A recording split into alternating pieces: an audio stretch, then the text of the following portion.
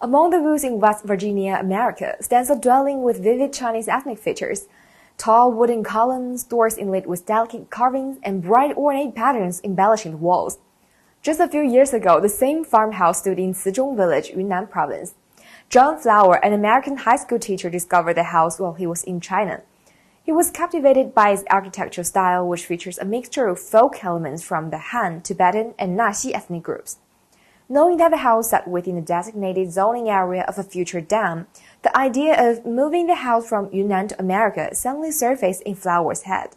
In 2017, Flower came back to Cizhong with a team of craftsmen who surveyed the house, took it apart plank by plank, packed every single piece, shipped them all the way to America, and finally decided to reconstruct the house in West Virginia.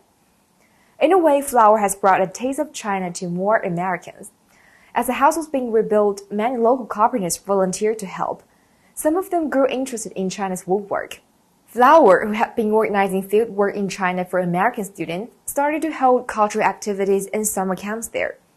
This allowed more American students to get to know of Chinese culture while participating in the reconstruction of the Chinese folk house themselves. One of the students who had been to Beijing once couldn't wait to fly to Yunnan to see more for himself after seeing and helping build the folk house. The pandemic has made travel between China and the US more difficult for now, but the folk house, which traveled all the way to America from Yunnan, has become a bridge linking Chinese and American culture, and captures the heartfelt fondness of the American people for Chinese culture and the Chinese people. What's also worth mentioning is mortise and tenon structure on which the house was built.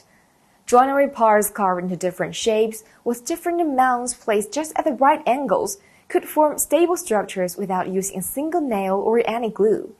Similar to the Yunnan folk house we just talked about, Yin Tang, another traditional Chinese abode from Anhui province built using the mortise tenon structure, was moved to the US in the 1990s and reconstructed in Salem near Boston.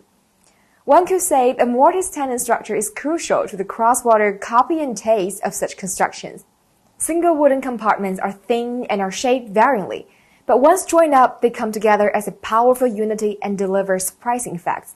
Just like the Yunnan folk house standing in America, which would not have been possible without the efforts of both the Chinese and American peoples, this house of friendship also sheds valuable light on the relationship between China and the US. Thank you for watching. I'm Xiu Yi in Beijing.